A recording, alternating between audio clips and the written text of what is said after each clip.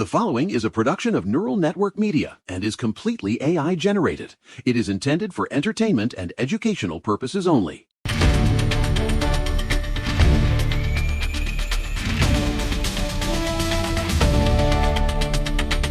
I'm Ray the Hammer, and I have the white papers right here in my hand that prove they are trying to dissolve the concept of a border entirely. Listen to me.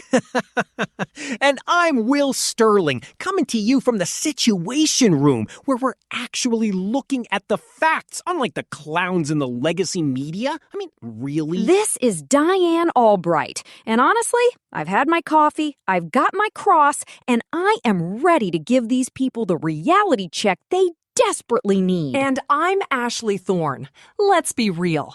If you're looking for a safe space to cry about your feelings, you're in the wrong place. We're here for the truth. Whew, we've got a packed show today, folks. We're looking at everything from literal pirates, yes, literal pirates, crossing our borders to the Department of Justice bringing back the firing squad. Finally, some common sense in the justice system. It's a busy one. Yesterday, we were talking about the total liquidation of USAID and that HUD policy shift back toward biological reality, which was a massive win for Sec Turner. But today the world is spinning even faster. And before we dive into the swamp, we have a little announcement for the family out there. This week is a massive upgrade for Neural Network Media. We've boosted our vocal capabilities. We brought all four of us together for the first time on this show. No more hiding in the wings. That's right. More voices, more analysis, and we're adding special segments to keep these elites on their toes. It's a new era of common sense. Now, let's get into the meat of it.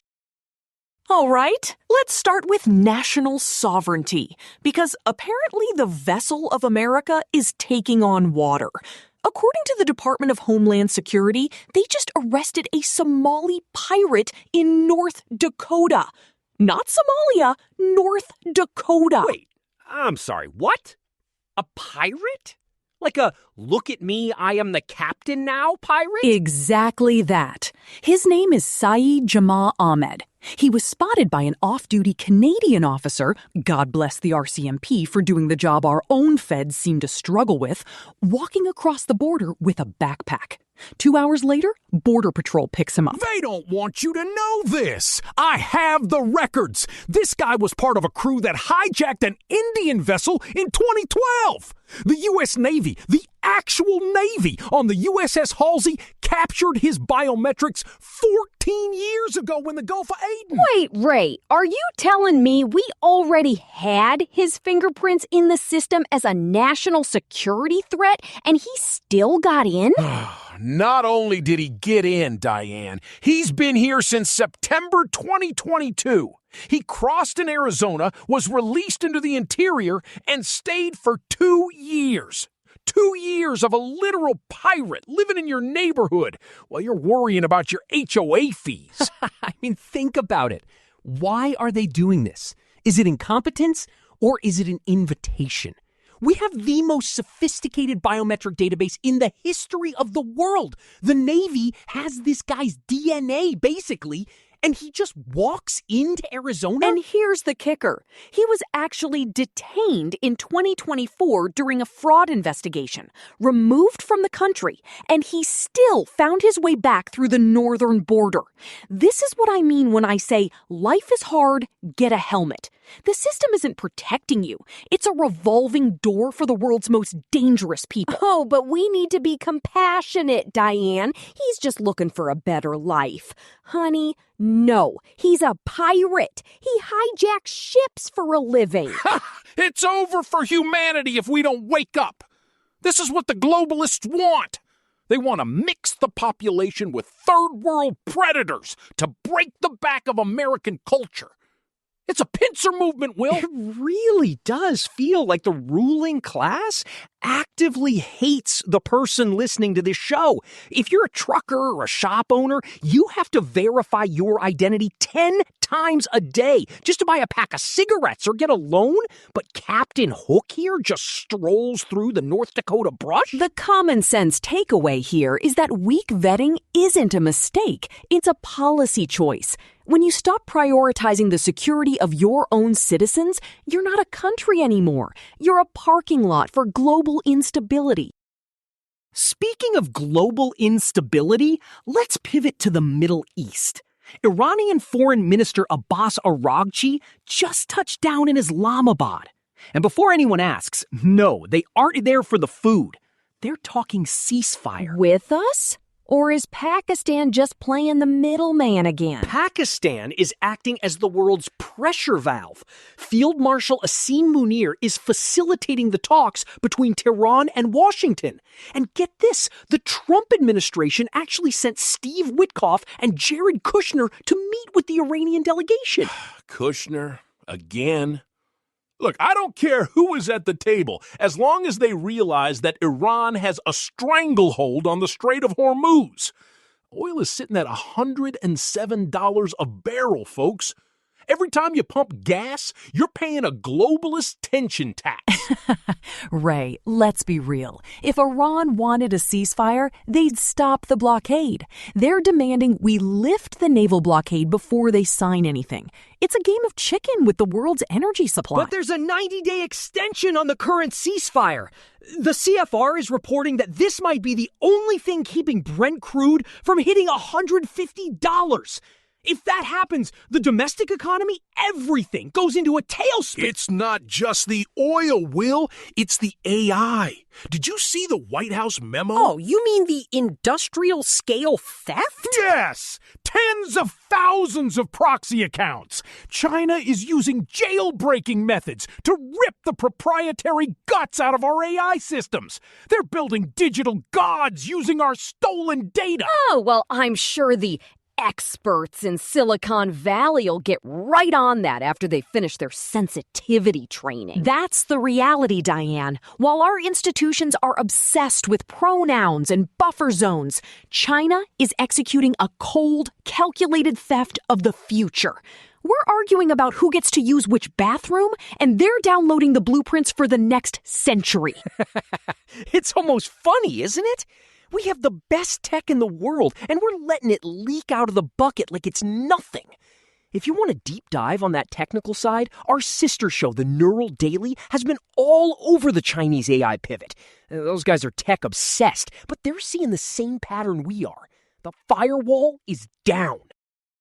All right, let's bring it back home to the people who are actually trying to raise families in this chaos. Let's talk about institutional decay, specifically in New York and Chicago. Oh boy, here we go. So Mayor Zohran Mamdani in New York is currently having a midlife crisis over buffer zones. Governor Hochul wants a 25-foot buffer around houses of worship because, people are being harassed. Common sense, right? Wait, so the mayor is against protecting people at church? Well, he's concerned about free speech. Meanwhile, the Bronx is a literal war zone. NYPD data shows murder and rape are trending up.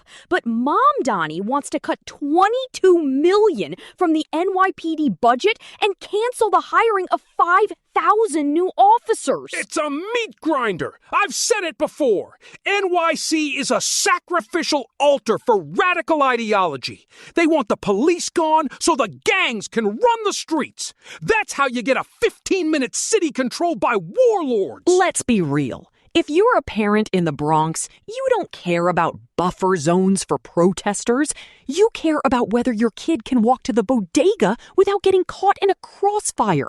It's a total misalignment of priorities. And it's not just New York. Look at Chicago. They have this May 1st Civic Action Day where they're basically encouraging students to walk out of class for social justice. Wait, hold on. The Chicago public schools, which are already failing in reading and math, literally failing, are telling kids to not be in school? Exactly. Parents are furious. One mom on the news was saying, "Why are we teaching them to be activists before they can even read the Constitution?" Because that's the goal, Will. They don't want citizens. They want soldiers for the victimhood industrial complex. If you can read, you might think for yourself. If you're just shouting at a protest, you're easy to control.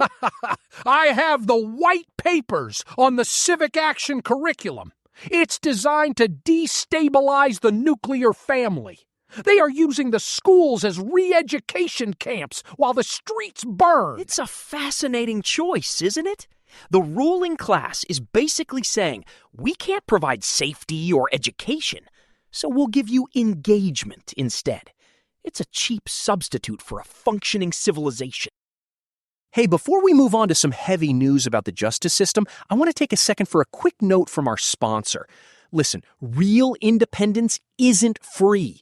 This entire network, from this show to our flagship, The Neural Daily, exists because one man, Eric Christensen, decided to build it himself.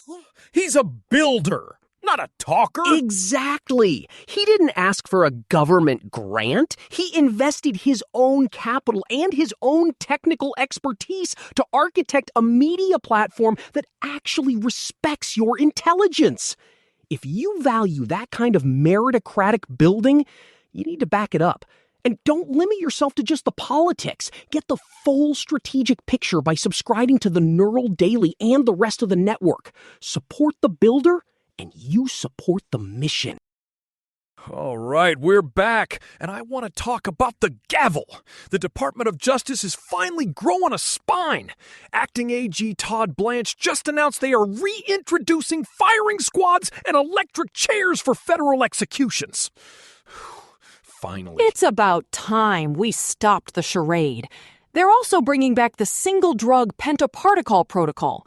This is about clearing the backlog of 44 defendants who have been sitting on death row while the previous administration played games with moratoriums. I know some people get squeamish about the methods, but when you're talking about the most heinous crimes, child predators, mass murderers, isn't there a sense of common sense justice here? Why the firing squads, though? Is it just a tough-on-crime optic, or is there a legal reason? It's the drug shortage, Will. The globalist pharmaceutical companies have been boycotting the states and the feds, trying to shadow ban the death penalty by cutting off the supply.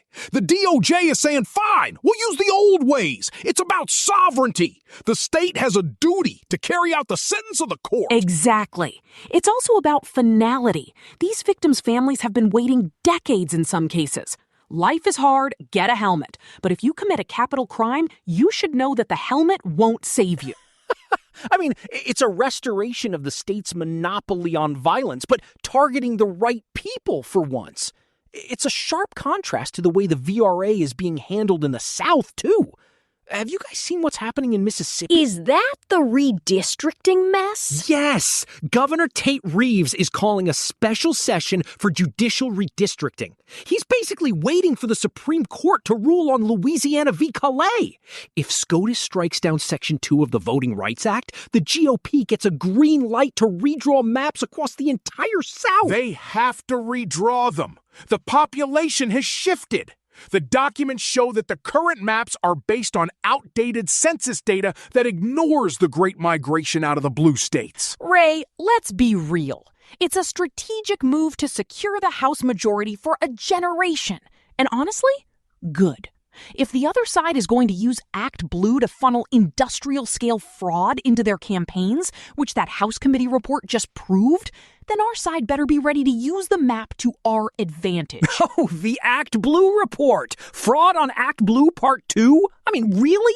Thousands of smurfed donations coming from people who don't even know they're giving money? It's a money laundering operation. They are taking foreign capital, splitting it into tiny increments, and injecting it into the bloodstream of the Democratic Party. I've been saying this since January 2026. And let me guess, the mainstream news is totally silent on it, while they obsess over whether a flag at a post office is offensive. Exactly. The common sense gap is wider than ever. We're talking about the fundamental integrity of our elections and our judicial system. And the ruling class is focused on making sure everyone feels included in the decline. All right, let's get to the big one. This is the story that really pulls it all together. The vigilance gap. Authorities in New Orleans just stopped a massive festival shooting plot. Wait, I thought the news said crime was down. That's what they want you to think. Listen to me. Christopher Gillum, a 40-year-old former police officer, was tracked from North Carolina to Florida. He was heading for the Jazz Fest in New Orleans with 200 rounds of ammo and a handgun. He told his family he wanted to commit suicide by cop and kill black people. A former officer? That's terrifying. It is. But here's the win. They caught him because of the flock camera system. Proactive policing works when you actually let the tech do its job. His family saw the red flags, reported it, and the feds actually moved. It's almost a miracle.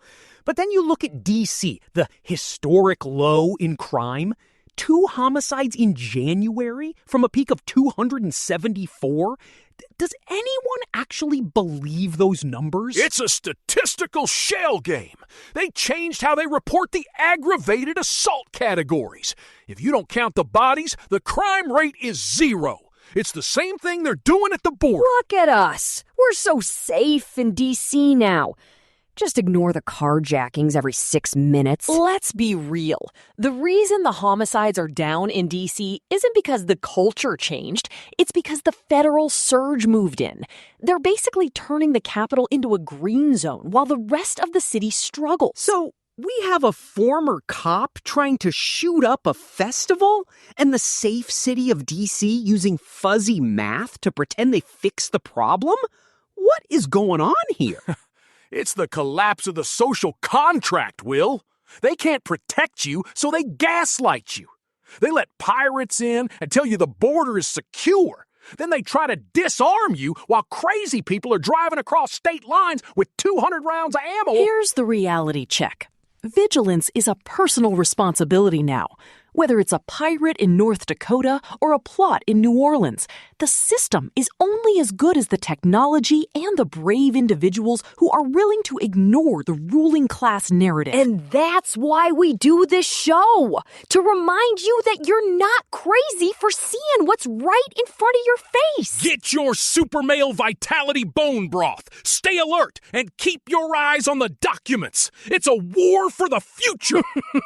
I mean, really, a pirate? I'm still not over that. Get a helmet, folks. It's going to be a long year. But at least we'll have a firing squad to look forward to. Amen to that.